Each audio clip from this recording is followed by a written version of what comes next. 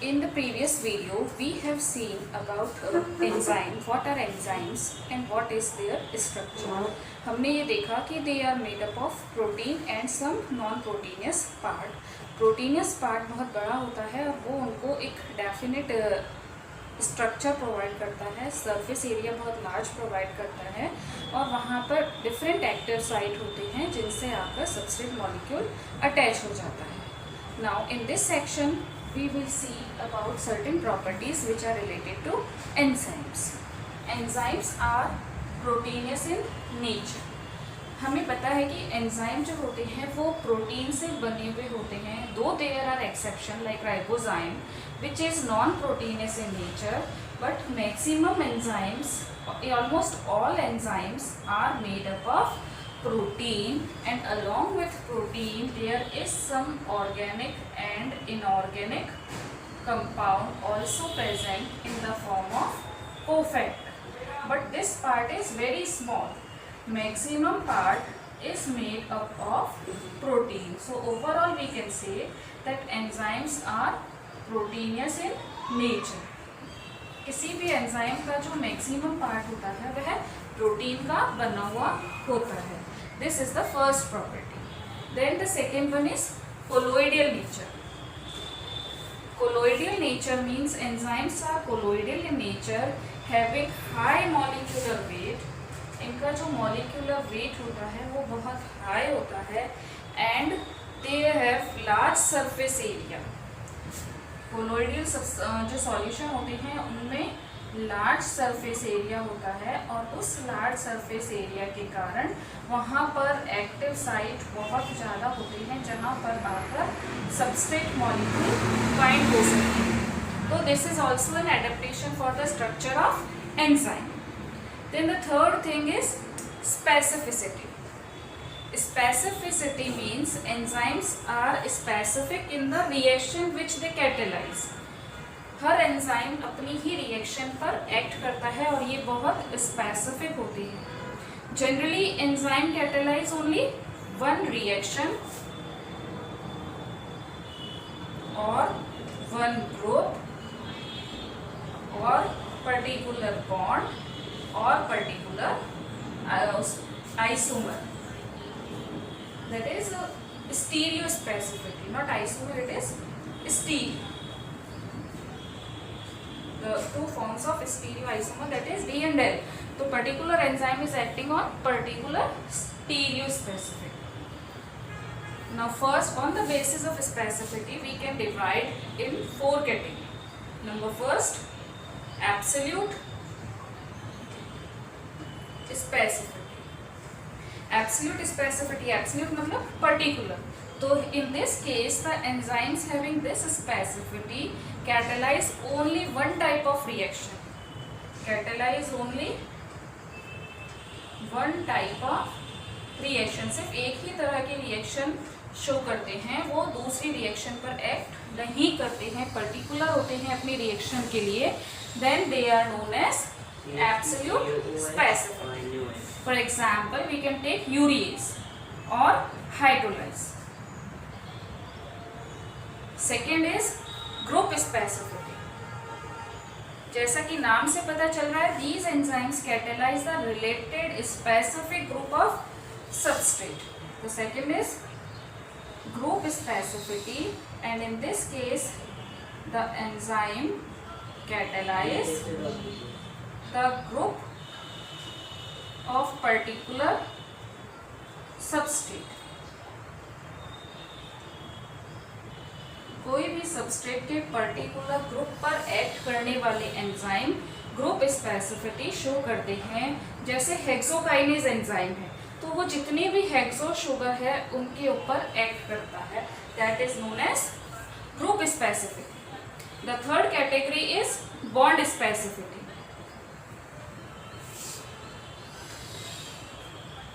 Bond specificity, नाम से पता चलता है bond. In this case, the enzymes are identifying a particular type of bond and then acting on these specific type of chemical bond. Enzyme is acting on particular type of bond of substrate. Substrate के particular bond पर ही act करने वाले enzymes bond specificity show करते हैं. For example ribonuclease enzyme. This enzyme bind hydrolysis of phosphodiester bond at 3' site of pyrimidine base. Then the next one is stereospecificity. This one.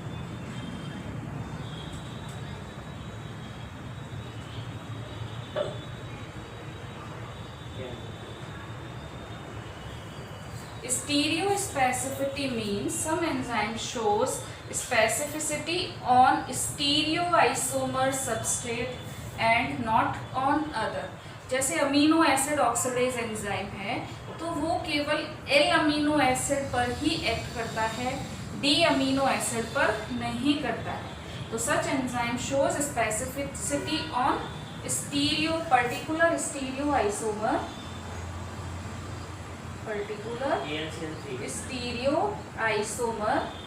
Of the substrate. किसी भी substrate के particular स्टीरियोआइसोमर पर ही ये act करते हैं, दूसरे पर नहीं करते. तो इस तरह से specificity can be divided in 4 groups. The first one is absolute, the second one is group, the third one is bond, and the fourth one is stereospecificity. Now the next property is large size. We know that enzyme size is very large because it is made up of protein which is colloidal in nature and it provides a large surface area for the substrate which helps to increase the reaction rate. हमें पता है कि जो enzymes हैं they are made up of protein और protein का होता है कोलोइडियल nature.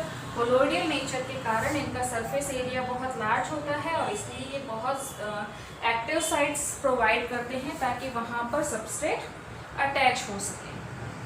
Then the next property is capacity to react with acidic and basic substrate.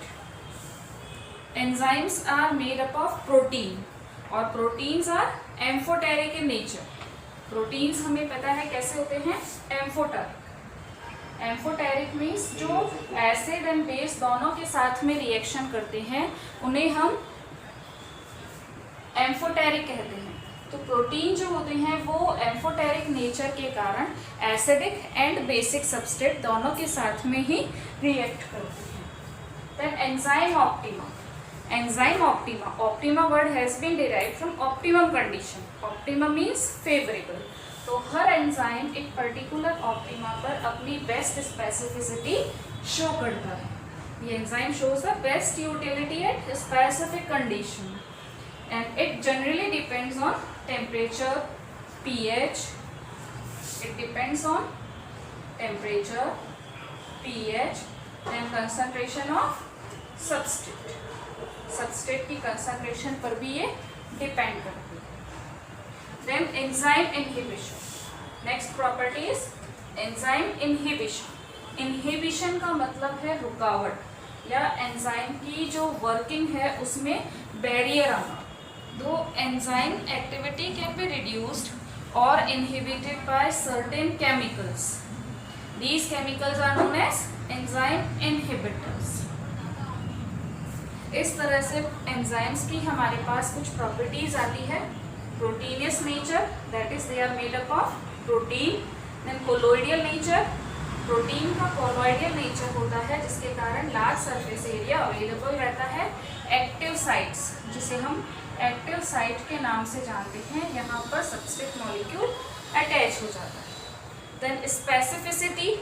Specificity means enzymes अपनी रिएक्शन में स्पेसिफिक होते हैं. They can act on either a particular part और group और बॉन्ड और stereoisomer. On that basis, specificity can be categorized in 4 groups: absolute specificity, then group specificity, then bond specificity, and stereo specificity. Then the next one is large size. Enzymes का large size होता है क्योंकि protein जो होते हैं वो colloidal होते हैं, तो large size. Then capacity to react with acidic and basic substrate, क्योंकि एंजाइम्स का एम्फोटेरिक नेचर होता है तो ये दोनों से रिएक्ट करते हैं और इसलिए ये एम्फोटेरिक नेचर के होते हैं। Then enzyme optima means they are performing best at a particular temperature or pH or concentration of substance, and that is known as enzyme optima. This varies for different enzymes at different category. Then enzyme inhibition, there are certain chemicals which are inhibiting the activity of enzymes that are known as enzyme inhibitors.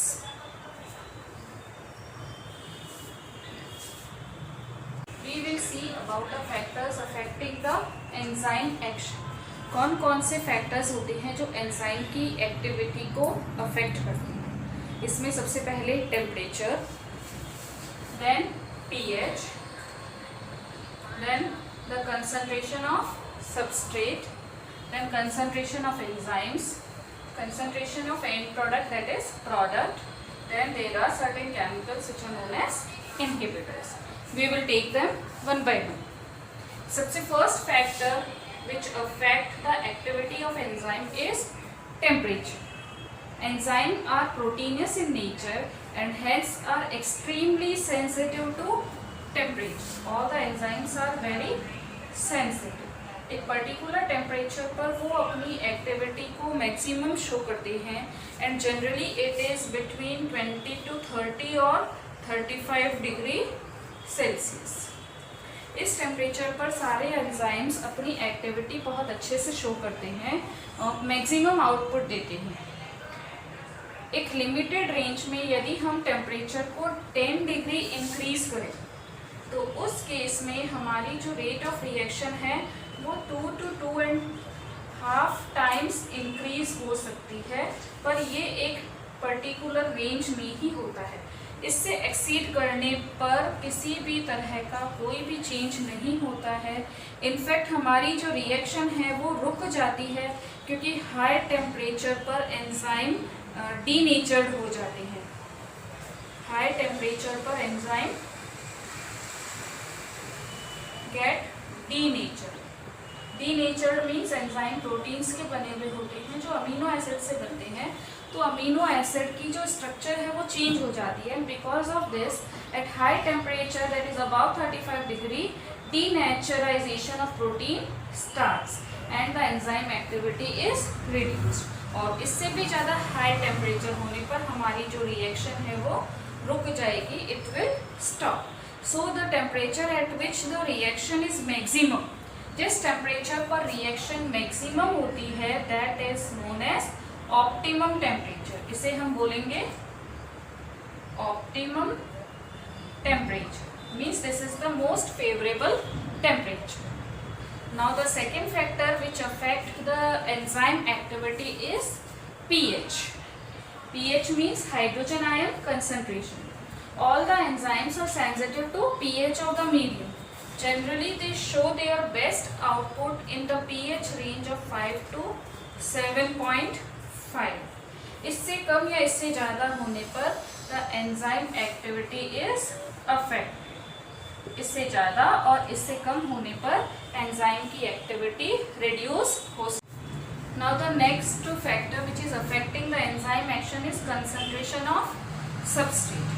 Concentration of substrate means substrate हमारे पास 3 case में हो सकता है, minimum, और it can B optimum, और it can B maximum.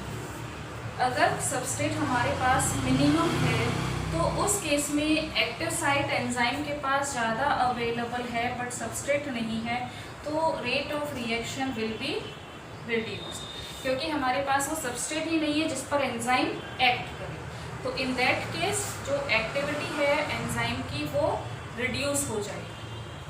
Then जैसे जैसे हम सबस्ट्रेट की कंसंट्रेशन बढ़ाते जाएंगे वैसे वैसे ही एंजाइम की एक्टिविटी बढ़ती जाएगी और फिर उसके बाद वो मैक्सिमम हो जाती है, अपना मैक्सिमम आउटपुट शो करती है and at that place it becomes maximum, showing maximum efficiency.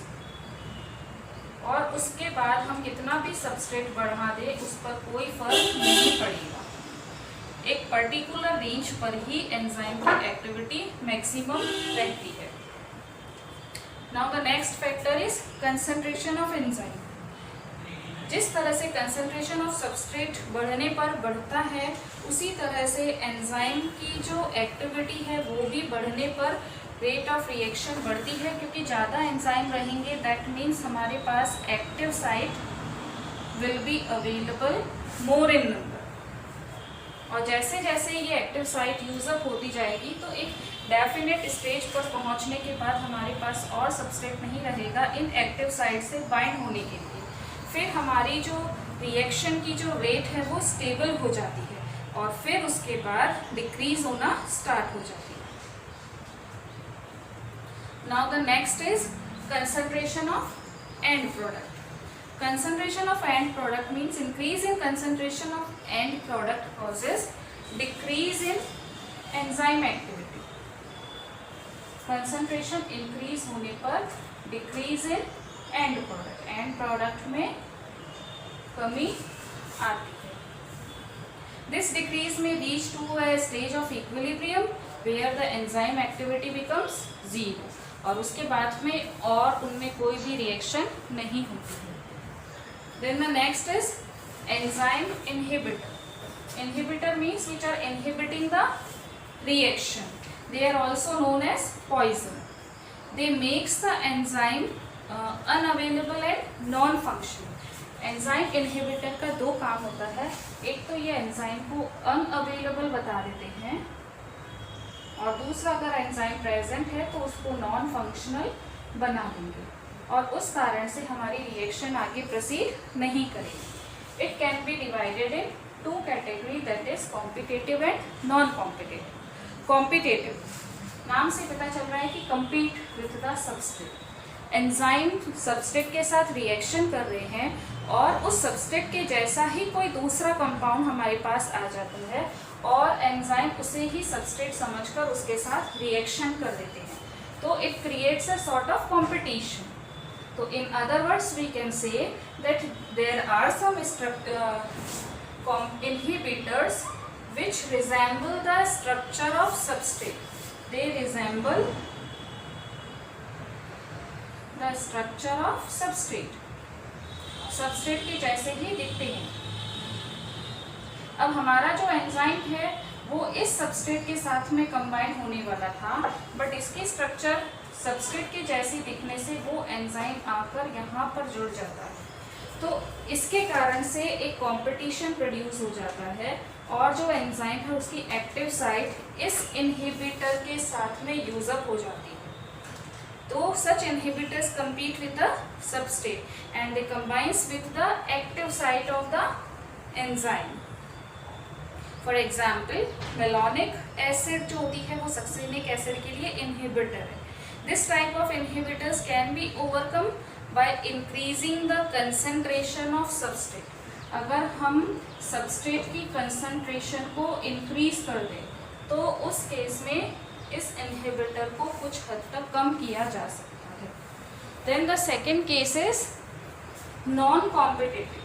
Non competitive means कोई ऐसे इनहिबिटर्स जो एंजाइम की एक्टिव साइट के साथ में जुड़कर, this is the active site, और ये इनहिबिटर उसकी एक्टिव साइट के साथ जुड़कर इस एंजाइम की स्ट्रक्चर में चेंज कर देते हैं. अब ये एंजाइम नॉन फंक्शनल हो जाता है, तो such case is known as non competitive. This type of inhibitors permanently attach with the enzyme molecule. They permanently attach with the enzyme and then they cause the change in the structure of enzyme. They are known as non-competitive inhibitors. For example, lead ion, mercury ion, etc. They cause denaturization of cytochrome oxidase which is used up in the respiration. Respiration में काम आने वाला enzyme है cytochrome oxidase. वहाँ पर उसकी active site से lead या मर्करी आयन जैसे कंपाउंड्स जोड़ करके और उसके स्ट्रक्चर को डीनेचर्ड कर देते हैं, तो such kind of inhibition can be overcome by increasing the concentration of enzyme. By increasing the concentration of enzyme. अगर एंजाइम की कंसंट्रेशन को हम बढ़ा देते हैं तो इस तरह की जो भी नॉन कॉम्पिटिटिव इनहिबिशन होता है उसको हम ओवरकम कर सकते हैं. तो ओवरऑल हमारे पास डिफरेंट फैक्टर्स आते हैं जो एंजाइम की एक्टिविटी को अफेक्ट करते हैं, जैसे टेम्परेचर, जैसे पीएच स्केल और concentration of hydrogen ion, then concentration of substrate, concentration of enzyme, concentration of end product, then enzyme inhibitor, which can be categorized in two parts, that is competitive and non-competitive.